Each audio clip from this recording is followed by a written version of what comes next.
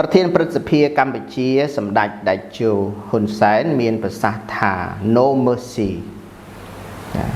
มีนตราปรนัยเตจุมปัวมนตรีน้าได้มันประยุทธ์หนึ่งสแกมออนไลน์ตามภาษาฮาร์บอสำดัดคือธาเมืองมันนะบ่ามันเชื้อก็สมศาสตร์ประเทศประสิทธิกัมพูชีสำดัดได้จูฮุนไซน์มีนภาษาธา no mercyมีนตราปรนัยเตจุมปัวมนตรีน้าได้มันประยุทธ์หนึ่งสแกมออนไลน์หรือออนไลน์สแกมจังสำได้ธาอดเมอร์ซีเตนเลอไซเวียนจังนะบาขมีนเมตาเตขมีนกาสันดอกปรปรในไอหลังไอนูเตสำหรับมอนตรีน้าได้มันบังกราบสแกมออนไลน์แบบยังบอกปลายจูน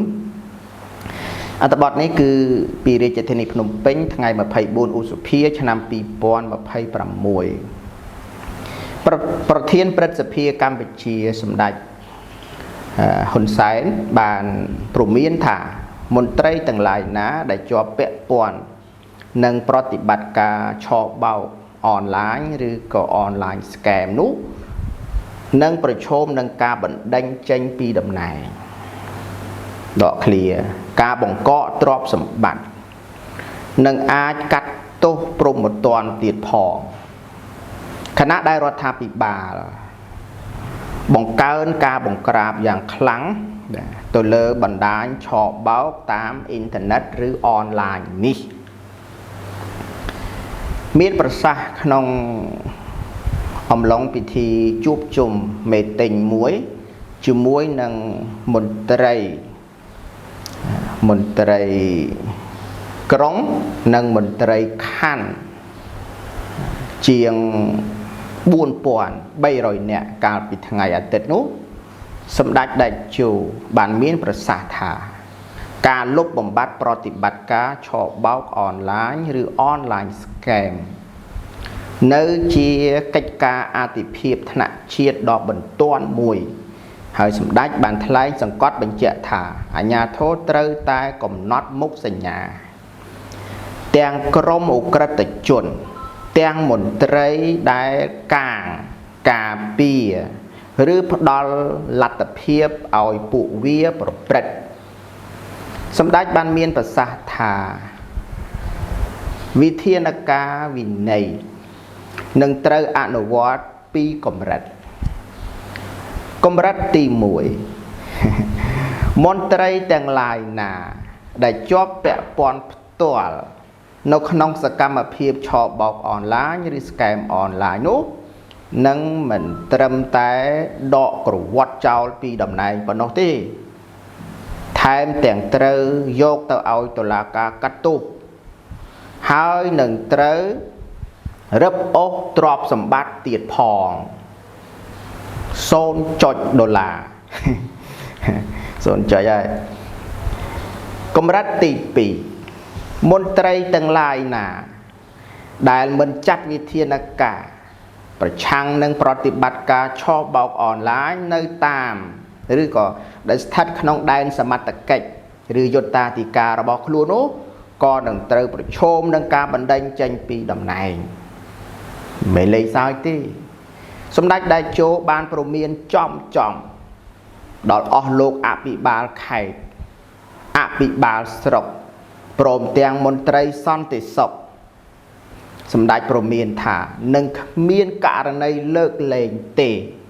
สำหรับออโลกนาได้เมื่อสหการจิมวยนั่งยศตนีกาประชังหนึ่งสแกมนุกเป็น AI ได้สำนักบ้านเมียนภาษาถากัมพูชีเตอบังฮานปรับพิภพโลกถาการปดัชญาระบบกัมพูชีดำไปลบบำบัดนะไม่ได้แต่ปรับพิภพโลกปีการปดัชญาระบบกัมพูชีลบบำบัดอ๋อในสกรรมเพียบออนไลน์สแกมหรือสแกมออนไลน์อดีตนายกรัฐมนตรีรูปนี้ก็บานบังฮานผ่องได้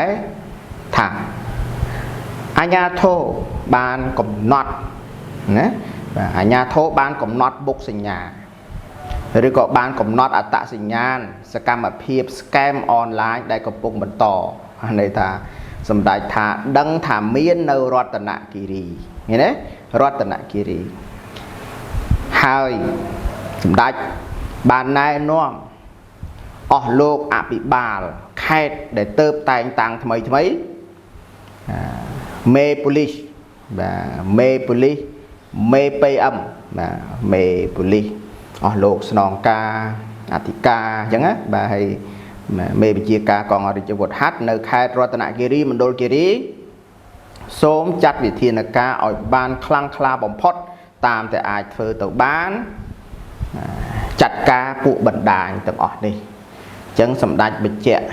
ចំថាវាទៅដល់រតនគិរីមណ្ឌលគិរីហើយ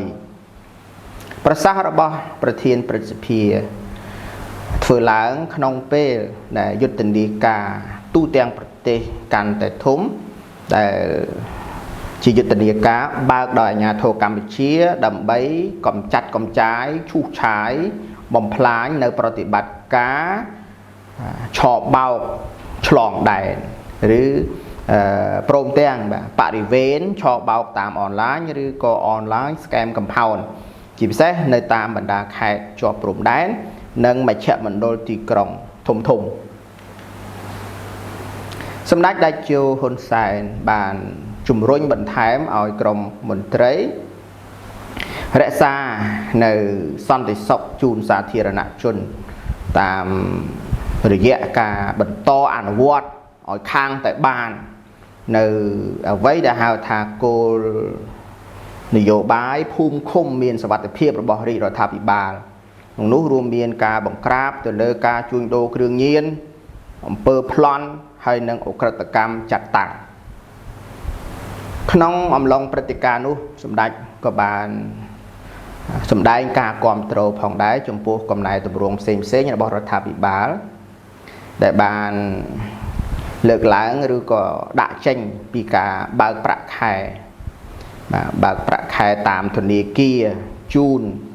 បាទមន្ត្រីយោធានិងមន្ត្រីនគរបាលដោយសម្ដេចមានប្រសាសន៍ថាប្រព័ន្ធនេះវានឹងធ្វើឲ្យតម្លាភាពប្រសើរឡើងហើយនឹងធានានៅការបែងចែកប្រាក់ខែនឹងត្រឹមត្រូវបាទអរគុណណាស់សម្ដេចអើយអរគុណណាស់សម្ដេចតេជោហ៊ុនសែនក៏បានអំពាវនាវបន្ថែមសូមឲ្យអាជ្ញាធរនឹងបន្តគាំទ្រវីរៈជនបាទវីរៈជនជួរមុខឬក៏កងទ័ពជួរមុខអតីតយុទ្ធជនពិការហើយនឹងក្រុមគ្រួសារយោធិនពលីទន្ទឹមគ្នានោះក៏សម្ដេចជំរុញឲ្យរដ្ឋបាលមូលដ្ឋានហ្នឹងមេត្តាជួយដោះស្រាយចំនួនដីធ្លីកុំឲ្យសម្ដេចហត់ពេកហ្នឹងណាដោះស្រាយចំនួនដីធ្លីប្រកបដោយប្រសិទ្ធភាពផងហើយជាពិសេសហ្នឹងតាមរយៈគេហៅថាការសម្រុះសម្រួលក្រៅតុលាការមើលសម្រួលមើលហើយស្អីក៏សម្ដេចចាំតែសម្ដេចបញ្ជាហ្នឹងស្លាប់ហើយសម្ដេចហត់ណាស់សម្ដេចក៏បានអំពាវនាវឲ្យអាជ្ញាធររាជធានីភ្នំពេញមេត្តាធានាយ៉ាងណាឲ្យមានការរៀបចំឲ្យបានជោគជ័យនៅកិច្ចប្រជុំកំពូលយើងនឹងមានកិច្ចប្រជុំកំពូលនេះពេលឆាប់កុំមុខនេះគឺកិច្ចប្រជុំកំពូលហ្នឹង Francophonie ដែលប្រទេសកម្ពុជាគ្រោងនឹងធ្វើជាម្ចាស់ផ្ទះទទួលរៀបចំនាប្រមាណខែខាងមុខនេះអូខេបាទអរគុណសម្ដេចបាទអញ្ចឹងខ្ញុំបកប្រែជូនមួយទៀតកម្ពុជារមានថាថៃតែពមៀនកម្ពុជាពមៀនដែរកម្ពុជាពមៀនហ្នឹងគឺថាប្រាប់ទៅអង្គការសហជីវជាតិរឿងផលប៉ះពាល់ដែលចេះតែបន្តនៃការប៉ះទង្គិចនៅព្រំដែនថៃឆ្នាំ2025មានន័យថាកម្ពុជាបន្តស្រាតខោថៃនៅលើឆាកអន្តរជាតិដែលថៃដេកមិនលក់បក់មិនលហើយស៊ីទុរេនមិនឆ្ងាញ់ពីអង្គការសហប្រជាជាតិថ្ងៃ21ឧសភាឆ្នាំ2026ភាគីកម្ពុជាឬក៏មន្ត្រីតំណាងកម្ពុជាបានថ្លែងប្រាប់ក្រុមប្រឹក្សាសន្តិសុខរបស់អង្គការសហប្រជាជាតិថាសង្គ្រាមឈ្លានពានកម្ពុជាប្រើពាក្យអញ្ចឹងសង្គ្រាមឈ្លានពាន ពីលើកដែលកម្ពុជាលើកឡើងថាជាសង្គ្រាមឈ្លានពានពីលើករបស់សៀមនៅក្នុងឆ្នាំ2025នេះណានាំឲ្យមានវិបត្តិមនុស្សធម៌ធ្ងន់ធ្ងរណាស់នាំឲ្យប្រជាពលរដ្ឋដែលជាជនស៊ីវិលរាប់សែនអ្នកត្រូវភៀសសឹក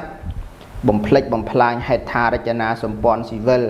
ក្នុងនោះរួមមានបំផ្លាញដល់ប្រាសាទព្រះវិហារដែលជាសម្បត្តិដែលចុះបញ្ជីក្នុងអង្គការ UNESCO ទៀតផងបេតិកភណ្ឌពិភពលោកថ្លែងក្នុងអំឡុងពិធីបាទថ្លែងនៅក្នុងអំឡុងកិច្ចពិភាក្សាដេញដោលជាសាធារណៈនៃក្រុមប្រឹក្សាសន្តិសុខអង្គការសហប្រជាជាតិស្ដីពីការការពារជនស៊ីវិលនៅក្នុងចំនួនប្រដាប់អាវុធនោះឯកអគ្គរដ្ឋទូតកម្ពុជានិងជាតំណាងអចិន្ត្រៃយ៍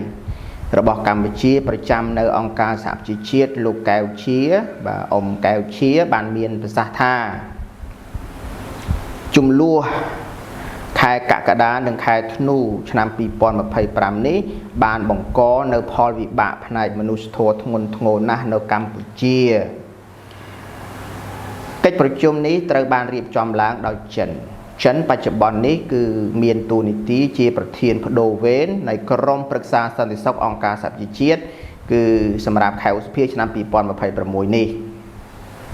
បើយោងទៅតាមមន្ត្រីតំណាងកម្ពុជាខាងលើនេះបង្ហាញថាជនស៊ីវិលកម្ពុជាប្រមាណជា 649,000 នាក់ត្រូវនិរាសបាទភៀសសឹកក្នុងអំឡុងនៃចំនួននេះបាទដែលខណៈដែលហេដ្ឋារចនាសម្ព័ន្ធផ្ទះសម្បែងស៊ីវិលនៅតំបន់ដែលរងផលប៉ះពាល់ហ្នឹងគឺថារងវិនាសកម្មធំធេងណាស់អាដាមកែវជាក៏បានជម្រាបប្រាប់ទៅក្រុមប្រឹក្សាសន្តិសុខថាប្រាសាទព្រះវិហារដែលជាសម្បត្តិបេតិកភណ្ឌពិភពលោករបស់អង្គការ UNESCO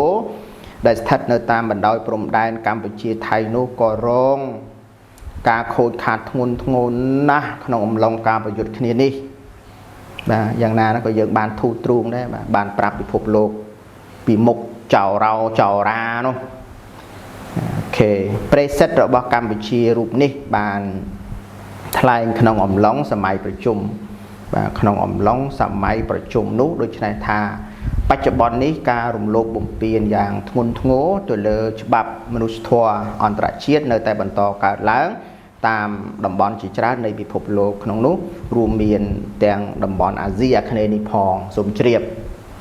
កម្ពុជាបានបញ្ជាក់បន្ថែមទៀតថាគិតត្រឹមថ្ងៃ21ឧសភាឆ្នាំ